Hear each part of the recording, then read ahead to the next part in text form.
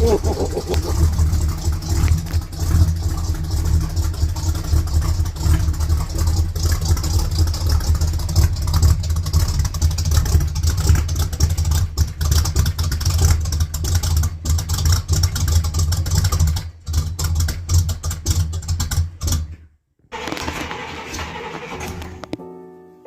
way those lights look. Oh, and look, back in the day it used to be square. That's right. Square turn signal. That's cool. Wow, that looks mean. That's cool, Gramps.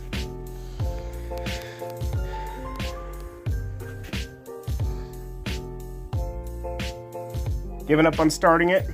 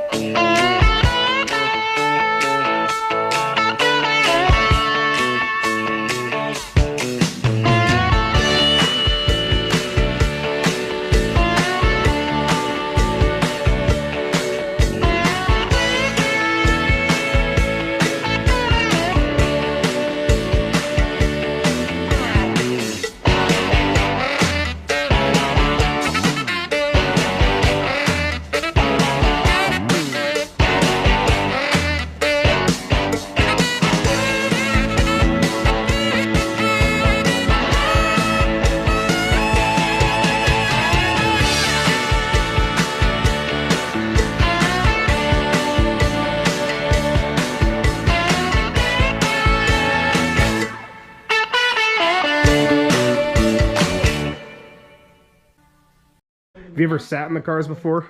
Nah. Come here. Just come sit in the Riviera. Come sit in the Electra. Alright. Do you have any knives or anything on you or anything? Yeah, just put it on the box. Just because it's old vinyl, we're trying to keep it in pristine condition. Come on the driver's side, Jack. Driver's side? You're sitting behind the driver's seat, not the passenger. But look at the size of that engine. Oh my gosh, bro. Alright, I'll get the door for you. Here. Thank you. It's so cool in here. I sat in this one too. Man, these seats are comfy. Yeah. I mean, Christian, if you or whoever, if you want to go on the passenger side, you can just. Sat in here. Yeah. Oh, and look, watch this. Oh yeah, they have those. Vent windows. Yeah. This was Grandpa Denny's first brand new car. He bought it brand new in 1966. And look, it had cruise control even back in the 60s. Dang. Well, does he ever drive it? No, he doesn't. He hasn't driven them in about 20. Last time he probably hasn't driven them in about 20, 30 years, and the last time he pulled them out was about 10 years ago, back in 2010. But that's my personal favorite, the 67 Buick Riviera. So basically what it is, Jack, when Buick went in to design the Riviera, they wanted something in between a Ferrari and a Rolls Royce. Oh. How's it going, Gramps? 345 horse. 345 horse. That was a lot back then.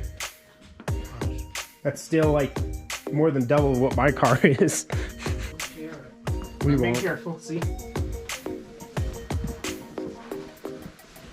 So Jack, this is my favorite car. And this is actually the car that Grandpa and my grandpa and my grandmother dated in. Teddy bear. Oh wow. What do you think? Yeah, it's cool in there. Yeah, I like it. My favorite one, Jack. It's purple too. Why don't you cover it up for me again? Yeah. Oh yeah. Let's cover it up, Jack. Anything in your pockets will scratch it? No. I had them empty out their pockets. How do you like those little shorty windows? That's a cool feature. Oh, I love these cards. It helps breathe the car, and if you're a smoker, you definitely use that side window. One in the bunch, but these are torquers. These are big motor. High. So they're quick. These are quick. Well, that has just overall. It's just overall faster. Well, these are quick. Yeah. I see. Well, gearing and weight. These cars here are heavy. They're near 5,000 pounds. Yeah, probably over 5,000 if we're quite honest. Because even my Buick Century weighed 3,800. The Electra here is, I think, a touch over 5. The Riviera is a touch under 5. They're so close that you couldn't put them on a scale and tell much difference. Yeah. How about you tell us about some of your railroad time stories? Well, we were on a grade, and the conductor that I was working with, he wanted to set a car out on the grade. Now, it's okay to set a car out on the grade if you anchor it down and you put a good brake on it. In fact, if they're loaded, it's not a very good idea. Yeah. So anyway, my conductor friend proceeded to set the car out on a little track, short track, maybe the length of this garage. And he walked away from it, started waving his hands, and he says, "It's running away. The brake is no good. It's not holding the car." Man, I ran up there and got on the car and proceeded to try and stop the car so we wouldn't run into our train that was down below. Our train was about a half-mile below, waiting. Dang. Waiting. Anyway, I got on the car and rode the car about a half-mile. And it got going so fast I got scared. And I looked down the way and I could see the headlight of the train behind us. This was at night? This was in the late afternoon. Okay. And so he was sweating it. This conductor, what am I going to fire me now for sure? But it was a faulty brake. One of these wheel type. Yeah. And I anchored that thing as fast and as hard as I could do it. And it still didn't slow down. So there was a hazard brake. Actually, if you were wise, you would put the brake on and test it and see. But that was scary. He thought he'd lost his job. And I thought I almost lost my body. So what did you end up doing at the end? Oh, you remember that too? Yeah, I remember that. Oh my God! Come on, everybody finds these type of stories legendary. I rode the car until I couldn't stay on it longer, and I thought, if I don't get off of this car, I'm going to get hurt. You weren't going to get hurt. You were going to get killed. It was going about 40 mile an hour. I got off the car at such a speed that when I got off, I threw my body backwards. And the momentum of that car, and even all the expertise I had to stay on the car, I couldn't stay on the car, and I went sliding up the right-of-way where there's all kinds of rocks, and I was torn up my bib overalls. I had scuffed, I think, my face somewhere, either side of my cheek. He jumped off a freight train that was running away. Oh. Because he used to be a train conductor. And what about that other story? What about that other story in Wells, when you were coming into Wells with the really freezing weather? Man, this guy has a good memory, doesn't he? Yeah. Hey, you told us these stories like way before, like we were at the beginning of season 2. Golly. But I wanted to get these stories on camera. No, this is a story about winter. Yeah. We're heading to Wells and then to Elko by car. This fellow had a car and he said, I want to take the car with me and they'll pay me mileage on the car, and when I get to Elko I'll have my spare car. I see. It's like a truck. It's like how a truck driver has to have a spare car just sitting at their truck yard. I see what you mean. We got halfway up to Peacock's Mountain. You familiar with that? Yeah, I pass through there once every 6 months. Halfway up to Peacock's Mountain, and about 2:30 in the morning, 2:30 in the morning, it was so cold I couldn't even touch the carburetor. My fingers would stick. Did it like stall out or something? The car couldn't handle the cold, and the cold froze up the carburetor intake. Mm-hmm. So I was able, I said, I think I can fix this for you. So we unhooked some of the top of the carburetor and made a little adjustment so it would be more free. And these guys are standing around, oh, I sure hope that works. We were out there in 25 below approximately. And that doesn't even account for the wind chill, if there was wind. But what happened is we started it and it ran, and the guys were just so tickled. They were just full of happiness. And boy, we're on our way. Let's get out of this freezing box. As we got near Wells, I looked at the thermometer that was out there on one of the gas pumps. It was 28 below. Goodness gracious. When I passed through there last year, it was like 12, but boy, that's like either way, that's cold. 28 is even colder. Yeah, 28 below zero. 28 below.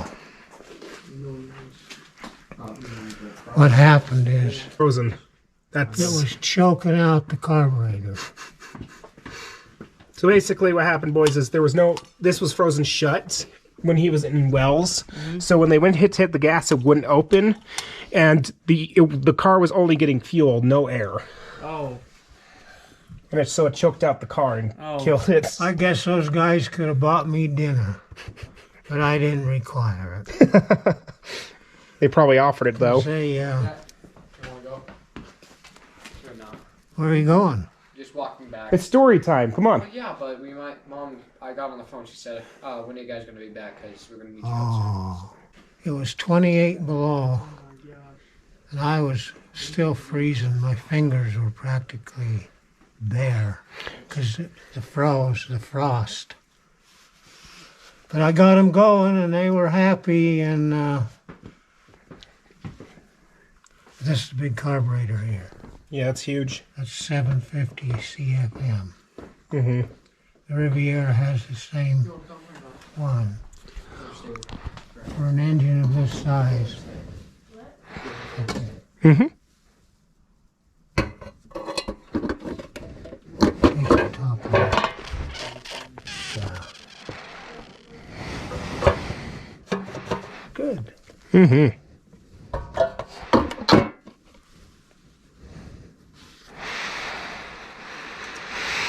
Well, that was a trip to Elko that I'll never forget. Mm-hmm. Yeah. I just remember you telling us these stories when we were heading for California once. It was 2 years ago, back in 21. But you were telling us these stories, and you were just getting really in the mood. You were really nostalgic since we were going down your old routes, the Salt Lake to Elko, and even beyond onto Winnemucca. Yeah. Because we have to pass through there to get to Corning. The people love hearing from you. You're like you're the old wise grandpa who kind of points us in the right direction. Well, Gramps, you have good stories, so those types of stories, they're worth keeping in my memory, and they're worth sharing to other people. Here's something else that you didn't know. Bend down a little bit with your head about like this. Under the car? Easy. Yeah, the aircraft's landing lights. I can't compete with that kind of memory. Hey, Yeah. hey, but Grandpa, like, even though I remember these stories, I want you to repeat them and stuff like that. Yeah, I hope I can for a while. I'm 81 now. Over. Up goes the hood. Checking, just a glance. Everything's okay. No leaks. And fellow about half again my age comes up to me and says, "You sure fix that car up nice." I says, "This is not a fix-up. This is original." He says, "Wow." The way he said, he really was surprised. Yeah. That was the last trip I took. Was that after you got it back? Oh yeah, that was obviously after you got it back. Is there some way I could borrow part of your brain power? How so? You bought the car in '66. You sold it to Great Grandpa, and so what I know him as, Great Grandpa Clarence, in '67, and then he passed away in '88, wasn't it? Mm-hmm. And then you obtained the car back in '04.